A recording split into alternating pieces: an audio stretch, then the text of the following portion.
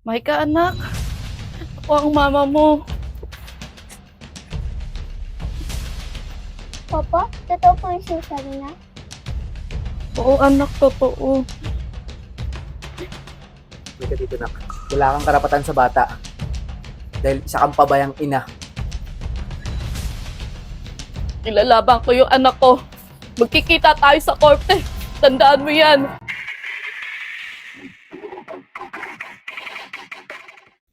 Alam mo ba pa, nagtatangan ako ng kaklasmate ko. Bakit naman daw? Kasi ikaw palagi nagsusundo sa akin. Kasi nung mama nila nagsusundo sa kanila. Ganun ba, nak? Hayaan mo. Malapit na rin naman umuwi si mama mo. Kaya, pagka umuwi na siya na yung susundo sa'yo. Di ba masaya yun? Malapit na umuwi si mama? Oo. Yay! Mama na ako. Papa, paunahan tayo umuwi sa bahay. Tata, bilisan mo!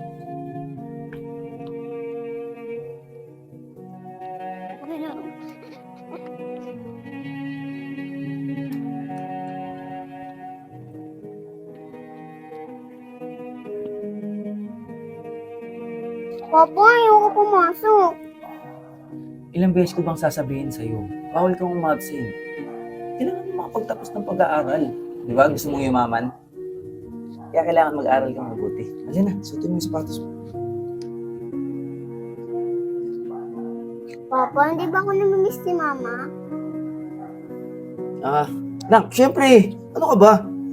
Namimiss ka ng mama mo. Talagang kailangan niya talaga munang magtrabaho para sa pag-aaral mo.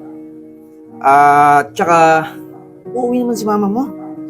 Alam mo, sa ngayon, mas unahin mo yung pag-aaral mo sa ngayon.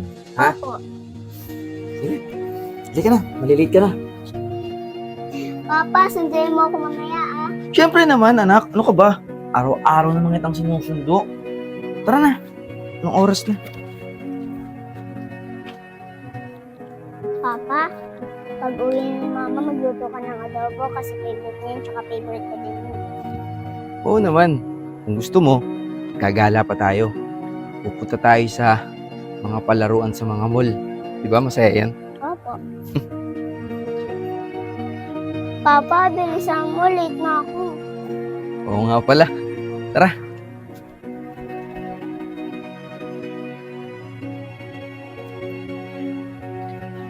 Ate, pwede po ba magtanong? Saan po ba dito yung bahay ni Boy Baldog? Si Baldog? Opo. Yung batang maliit na babae? Opo, yun po. Sa bahay yung asawa nun no?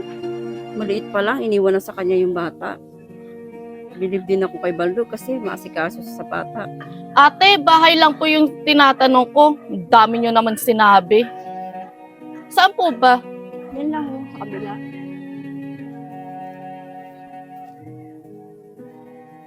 Sino yung babae na yun? Mukhang mayaman.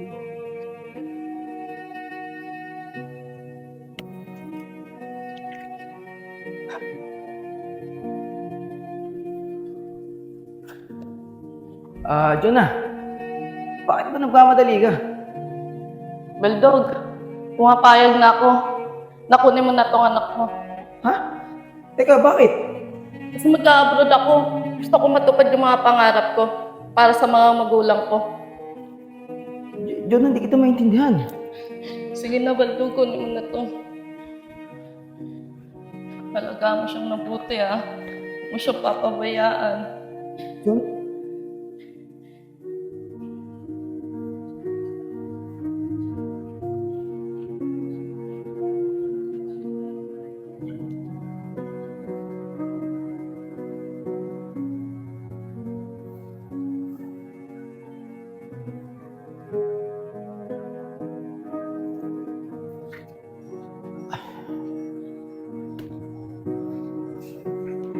Maubos na yung gatas ng anak ko. Hanggang ngayon, wala pa rin ako mahanap na trabaho. Mga oras na nga pala. Sabihin ko na yung anak ko. Tao po. Tao po. Tao po. Uy, may tao. Sino yan? Teka, sandali. Eto na. Baldog,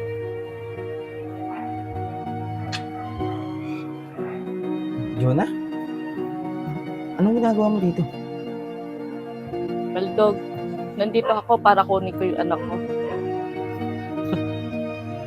Pumunta ka dito para kunin mo yung anak mo? Jonah, sobra-sobra yung sakripisyo ko sa bata. Tapos, ganun-ganun lang kung kukunin mo? Nahihibang ka ba? Baldog, baka nakakalimutan mo. Magulang din ako ng bata. At may karapatan ako. Jonah, ilang taon kang hindi nagparamdam sa bata. Tapos ngayon sasabihin mong isa kang ina? Na magulang ka? Hindi ka nagpakamagulang, Jonah. Alam mo yan sa sarili mo. Sino kaya kausap ni Papa? Papa, bakit iba ko sa mundo? Sino po siya?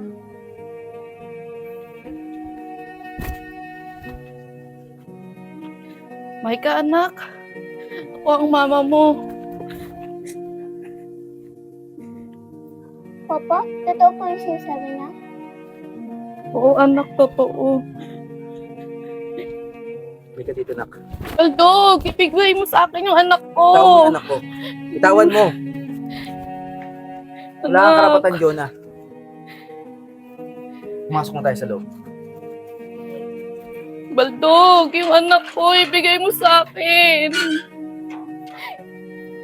Wala kang karapatan sa bata. Dahil isa kang pabayang ina.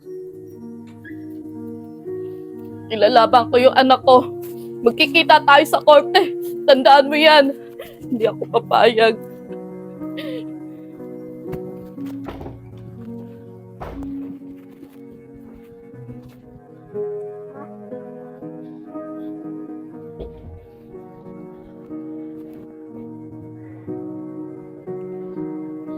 Anak, kahit anong mangyari, nak, huwag mo kong iiwan, na. Ha? Mangako ko sa akin, ha?